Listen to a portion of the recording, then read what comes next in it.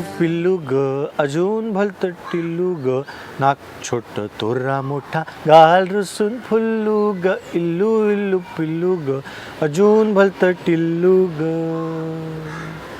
गाल गुब्बू गोले ग डोळे लुक लुक तारे ग गाल गुब्बू गोले ग डोळे लुक लुक तारे ग हिरवा फ्रॉक रिबिन लाल कानी निळे डुल्लू ग इल्लू इल्लू पिल्लू ग अजून भलत टिल्लू ग बडबड करणे धंदा ग पक्का बोबड कांदा ग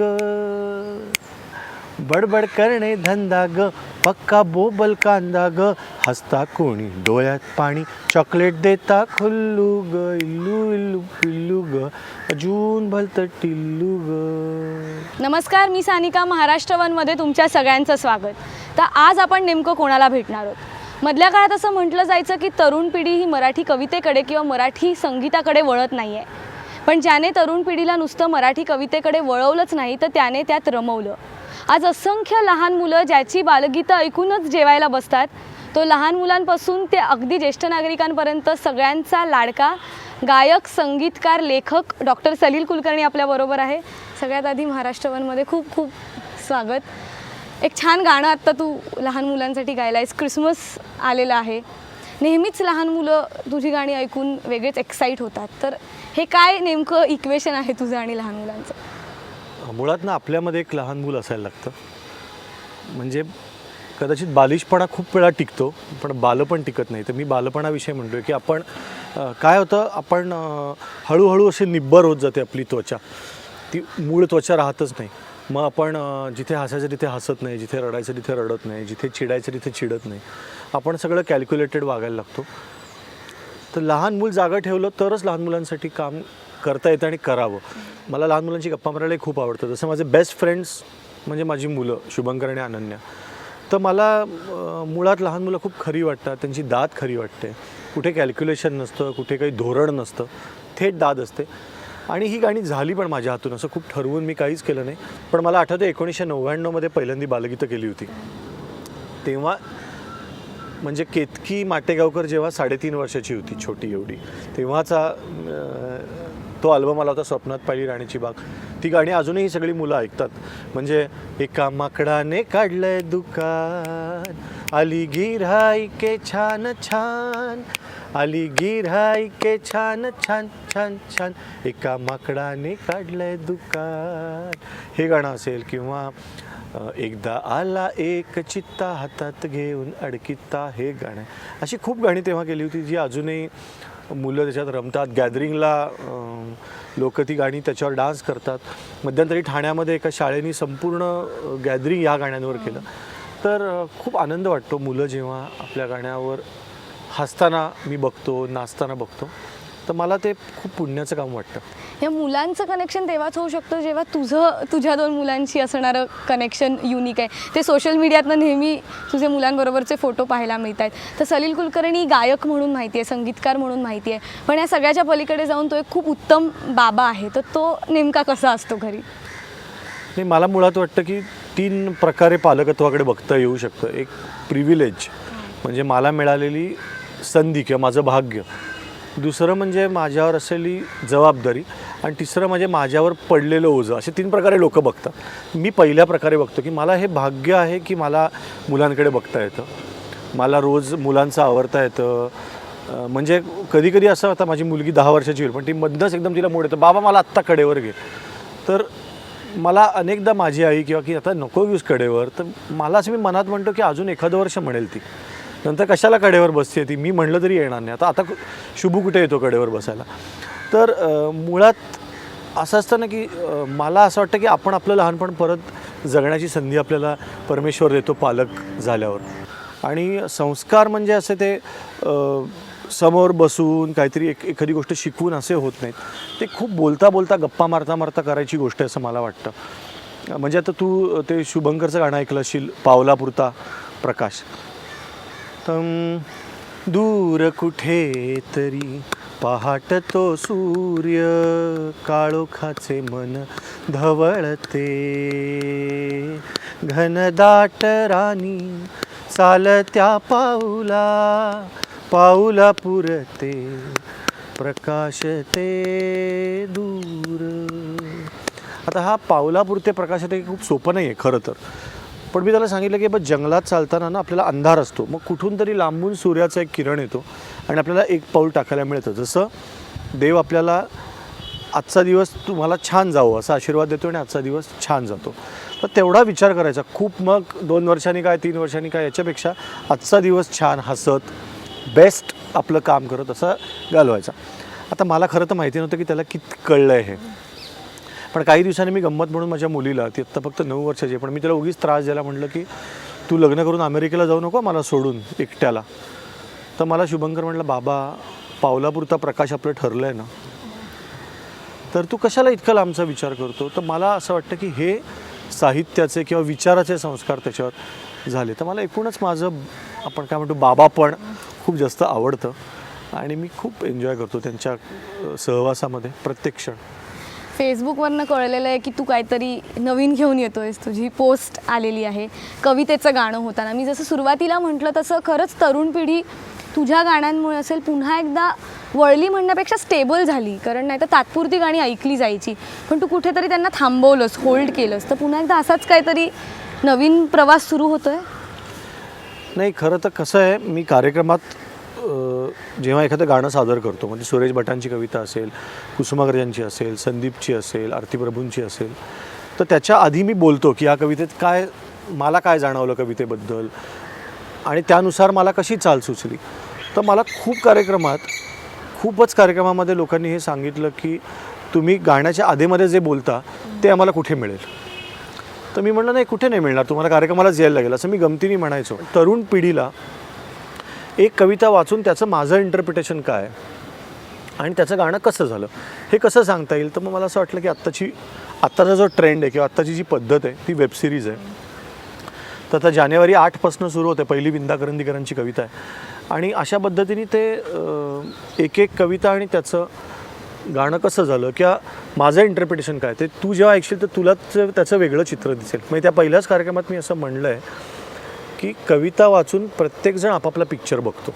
तर मी माझा पिक्चर सांगितला आहे, तू तुझा पिक्चर सांग, बाकीचे लोक त्यांचा पिक्चर सांगतील. तर हे एक असं म्हणून प्लॅटफॉर्म आहे, हा एक कट्टा आहे की ज्याच्यावर आपण कविता म्युझिक याच्यावर सगळेच बोलूया. तू गातोस त्याच्यामध्ये जे बोलतोस ते सगळ्यांना ऐकायला आवडतं आणि तेच कुठेतरी लपवलेल्या काचाच्या वेळी सगळ्यांचं प्रेम पाहायला मिळालं. अजूनही सगळीकडे हेच असतं की आमच्या जे मनात असतं ते तुम्ही लिहिता किंवा बोलता. तर त्याचाही पुढचा भाग किंवा नवीन पुस्तक आता येतं आहे, तर त्याबद्दल काय सांगशील? काय नेमकं आत्ता ह्या पुढे आम्हाला वाचायला मिळणार आहे? आपण एक करेक्ट दिशेने जायला बघतो, म्हणजे आपण करेक्ट ठिकाणी दाद देतो. मग आपल्याला काहीतरी आउट ऑफ द बॉक्स ओरडावं असं वाटतं की नाही, मला आत्ता खूप असा जोरात ओरडावं असं वाटतं आहे. कधी वाटतं की नाही आत्ता मला इतकं भरून आलं आहे, पण आपण सगळं सांभाळत जगतो. तर या पुस्तकाचं नाव आहे शहाण्या माणसांची फॅक्टरी. आणि फॅक्टरी या शब्दामध्ये त्याच्यात सगळं आहे की तो वर्ग नाही आहे, ती फॅक्टरी आहे की जसं काही एक प्रॉडक्ट बाहेर पडावे तशी माणसं बाहेर पडतात. करेक्ट जगणारी, योग्य वेळेला योग्य बोलणारी, योग्य वेळेला योग्य गटात जाऊन उभी राहणारी. तर शहाण्या माणसांची फॅक्टरीमध्ये माझे अनेक विषय जसे लपवलेल्या काचामध्ये होते, त्याच्यामध्ये खूप ह्युमरस पण आहे, खूप सार्कॅस्टिक पण आहे. लहान मुलांविषयी एक व्यक्तिचित्र आहे, दीदींविषयीचं व्यक्तिचित्र आहे, हृदयनाथजींविषयीचं व्यक्तिचित्र आहे. हृदयी नटावाला ब्रह्माकार आहे असं त्या लेखाचं नाव आहे. तर परत एकदा आपण जगताना जे आजूबाजूला बघतो त्या सगळ्या विषयाला स्पर्श करण्याचा प्रयत्न आहे. म्हणजे एक छोटासा त्याच्यातला एक संदर्भ सांगतो. एका लेखाचं नाव आहे ठरलं की नाही ठरलं. म्हणजे आपण अलीकडे बघतो बघ की कॉफी शॉपमध्ये अशी कपल्स बसलेली असतात की घरचं सगळं आता ओके झालं आहे, आता फक्त एक फायनल मीटिंग त्यांची की मग त्यांचं लग्न ठरणार. तर त्याचं ऑब्झर्वेशन आहे की तो काय बोलतो आहे, मग ती काय बोलते आहे, मग तो काय बोलतो आहे, आणि एका क्षणाला ते उठून गेले.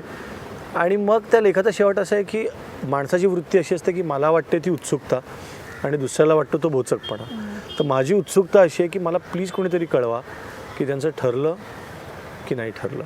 तर असे आपल्या आजूबाजूला जे दिसतं त्याच्याविषयीचे उल्लेख आहेत, काही थोडेसे गंभीर आहेत, कवितेविषयीचं आहे, गाण्याविषयीचं आहे. जे काही मी ज्या ज्या पद्धतीने एक्सप्रेस होऊ शकतो ते सगळं त्या शहाण्या माणसांच्या फॅक्टरीमध्ये लिहायचा प्रयत्न आहे. ते एक 1.5 महिन्यामध्ये पुस्तक समोर येईल.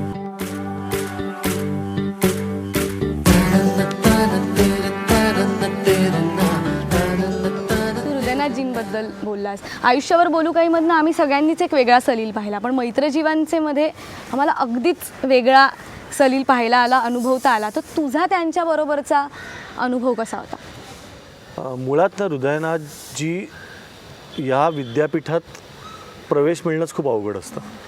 ते एक विद्यापीठ आहे. त्या विद्यापीठात गालिबच्या गझलविषयी शिकवलं जातं, मीराबाईंची भजनं पण शिकवली जातात, तिथे ग्रेस, आरतीप्रभू, सुरेश भट हेही आपल्याला शिकायला मिळतं. तिथे बंदिशी पण शिकायला मिळतात, तिथे दीनानाथांची गायकी पण शिकायला मिळते आणि तिथे कलाकारांनी काय पद्धतीने कलेला भिडावं हेही शिकायला मिळतं. तर मला त्यांनी शेजारी बसून इतके आम्ही कार्यक्रम केले, मला वाटतं 100-150 कार्यक्रम तरी आम्ही मैत्रजीवांचे केले असतील. परदेश दौरा अख्खा केला. तर इतक्या मोठ्या माणसाच्या ना प्रत्येक शब्दातून, प्रत्येक हालचालीतून आपल्याला शिकता येतं. तर माझ्यासाठी ते एक पुस्तक आहे, एक विद्यापीठ आहे की म्हणजे मी अजून माझ्या मताशी पक्का झालो की नाही, आपण चांगली कविता घेऊनच काम करायला पाहिजे. कारण मध्ये मध्ये काय होतं, आपण असे थोडंसं की आत्ताचं एकूण ट्रेंडमध्ये आपण असं करूया का, तसं करूया का, असं आपल्याला थोडं आपण असं ढळतो मार्गावरून. पण हृदयनाथजींसारखी व्यक्ती भेटली, त्यांच्याशी गप्पा झाल्या की परत ते जे सुधीर मोघेंची माझ्या गाण्यातली एक ओळ आहे की स्थिरावते पुन्हा चळलेले चित्त, पुन्हा मूळ वाट पायाखाली. तर अशा व्यक्तीचा सहवास ना आपल्याला मूळ वाट पायाखाली परत आणतो आपल्या, की नाही मला हे करायचं आहे. एखादं हृदयनाथजींचं तुझं आवडतं गाणं? अगदी मागच्या आठवड्यामध्ये उषाताईंचा वाढदिवस होता आणि त्यानिमित्ताने एक पुण्यात खूप मोठा कार्यक्रम झाला त्यांच्यावर. तेव्हा त्या प्रसंगी व्हिडिओसाठीच बोलताना मी त्या गाण्याच्या 4 ओळी गायल्या होत्या. तर मला ते खरंच म्हणजे हृदयनाथजींचं फार जुनं कॉम्पोजिशन आहे. पण काय बाई सांगू, कसं ग सांगू, मलाच माझी वाटेलाच काहीतरी होऊन गेलंय आज. काय बाई सांगू, कसं ग सांगू. आता या प्रकारे फिल्मसाठी गाणं केलेला माणूस, त्यांनी 17व्या वर्षी गाणं कुठली कविता निवडली तर भारत आंबेंची तिन्ही सांजा सखे मिळाल्या, देई वचन तुला, तिन्ही सांजा सखे मिळाल्या. तर या प्रकारे संगीत आणि काव्य दोन्हीवर पकड असलेली माझ्या दृष्टीने ही एकमेव व्यक्ती आहे. हृदयनाथजींबद्दल आपण बोलतोय, पण जेव्हा तुझ्याशी आपण बोलतो तेव्हा सुधीर मोघेंचा उल्लेख होणार नाही, तर ते कुठेतरी अर्धवट राहील. तर तू नेहमी त्यांच्याबद्दल बोलताना म्हणतोस की गुरु, सखा, बंधू, मायबाप, तू लेखही लिहिलाय. ते तुझ्याबद्दल म्हणायचे की सलील हे एक गूढ आहे. तर ते गूढ असताना तू समोर जेव्हा तुझ्या गाण्यातून किंवा लिखाणातून येतोस तेव्हा तू खूप साध्या सोप्या शब्दात मांडतोस. मग ते इक्वेशन कसं आहे की आतून गूढ असणं पण मांडताना अगदी सोप्या शब्दात मांडणं? नाही, मुळात विचारात खोली पाहिजे, पण एक्सप्रेशन दरवेळी गंभीरच लागतं असं नाही. म्हणजे आपण थोडा सिन्सिअरिटी आणि सिरियसनेस याच्यात गोंधळ करतो. तुम्ही सिन्सिअर पाहिजे, पण सतत चेहऱ्यावर सिरियस असलात म्हणजे तुम्ही गंभीर नाही. मी गांभीर्याने विनोदी लेखन पण करू शकतो, कोणीही. म्हणजे ज्याला विनोदी लेखन करायचं त्याच्यात पण गांभीर्य पाहिजे. तुम्हाला विनोद करायचा तरी त्या विनोद करण्यामध्ये गांभीर्य पाहिजे. की काहीही पाचकळ विनोद केला तर त्याच्यात पण काही मजा राहत नाही, त्याला काही पंचच येऊ शकत नाही.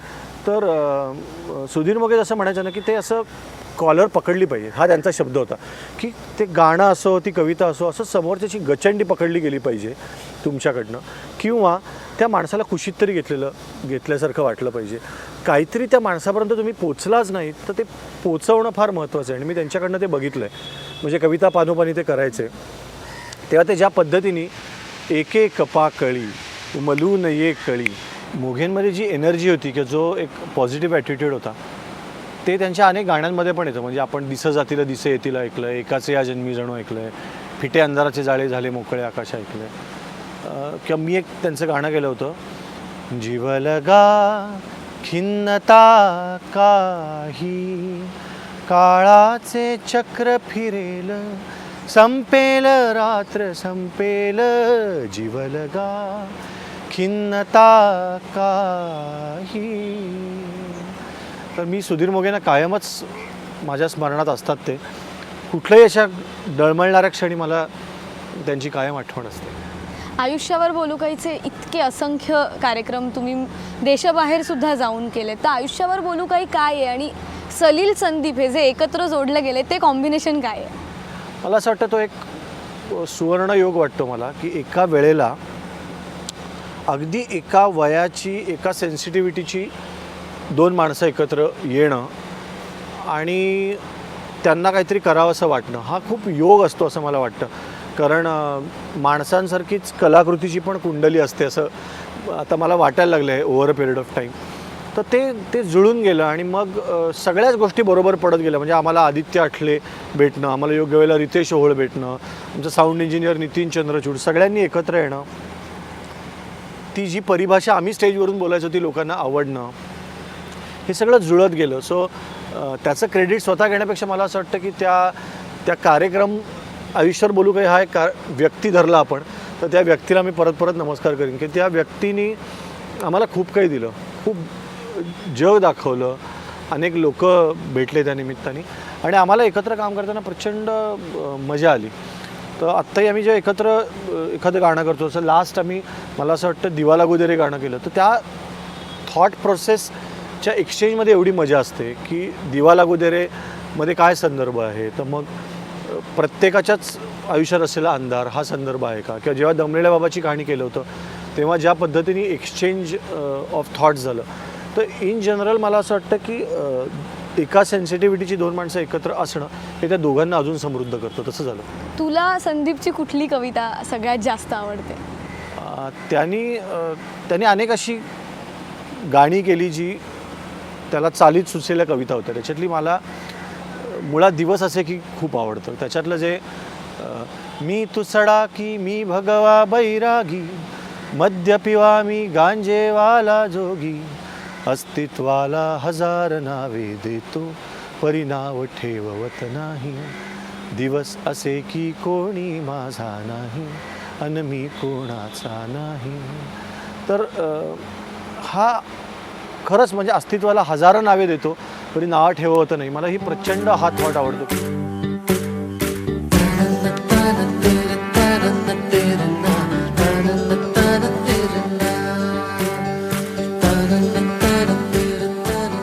आपण मगाशी कवितेचं गाणं होताना याबद्दल बोललो, तर ह्यामध्ये नेमक्या कोणाकोणाच्या कविता आम्हाला ऐकायला मिळणार आहेत? त्याची संकल्पना अगदी थोडक्यात सांगायची तर आपण या प्रोमोमध्ये बघू शकतो. एखादी कविता चालीमध्ये जशी फुलत जाते त्याचा आनंद इतका प्रचंड असतो की तो आनंद तुमच्याशी शेअर करावा असं वाटतं.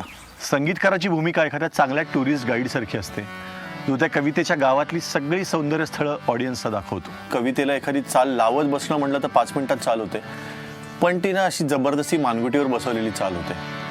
सहज सुचलेली चाल ही नेहमी कवितेला पुढे नेते. पुष्कळ वेळेला आपल्याला वाटतं की आपल्या घराच्या खिडकीच्या चौकटीतून जितका आकाशाचा तुकडा दिसतोय तेवढंच आकाश आहे की काय, पण त्या पलीकडे खूप आकाश असतं. आकाश के उस पार भी आकाश आहे. तशी कविता असते, तशी गाणी असतात. कागदावरच्या अक्षरांपलीकडे जेव्हा संगीतकाराला काही दिसतं तेव्हाच त्या कवितेचं गाणं होतं.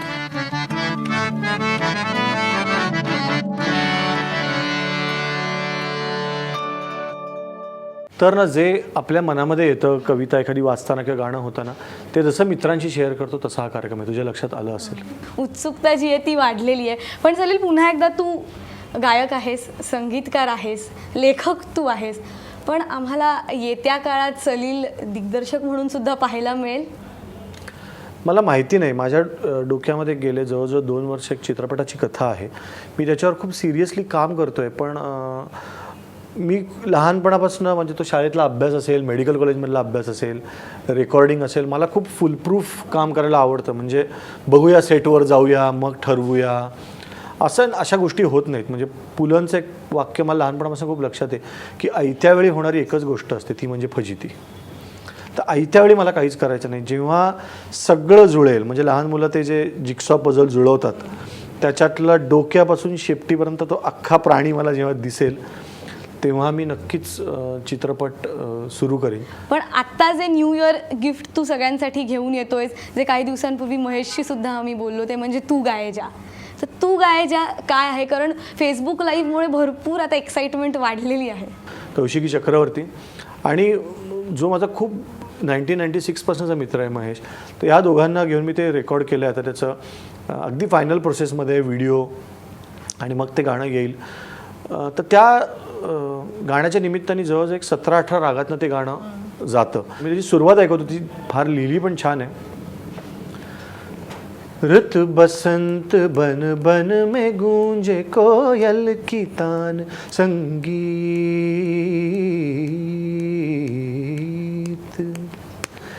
शिशिर शांत शीतल पवन में पतझड़ का नाद संगीत,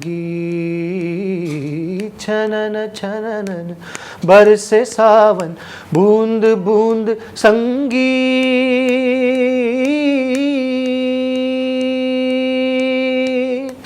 सगम बगम रे जनी रे गाए जा तू अपनी धुन में गाए जा तू गाए जा, हर पल हर रुत में गाए जा, सारे सारे मरे म रे म प गाए जा तू गाए जा, सगम बगम रे जनी रे गाए जा तू गाए जा. क्या बात आहे. तू वेळात वेळ काढून बोललास त्याबद्दल खूप खूप धन्यवाद. खरं तर भरपूर गप्पा ज्या आहेत त्या आपल्याला माराव्याशा वाटत आहेत, पण वेळेअभावी आपल्याला थांबावं लागणार आहे. पण जाता जाता आपण त्याला असंच जाऊन देणार नाही आहोत. एक तुझं आवडतं गाणं तुझ्या आवडत्या कवींचं.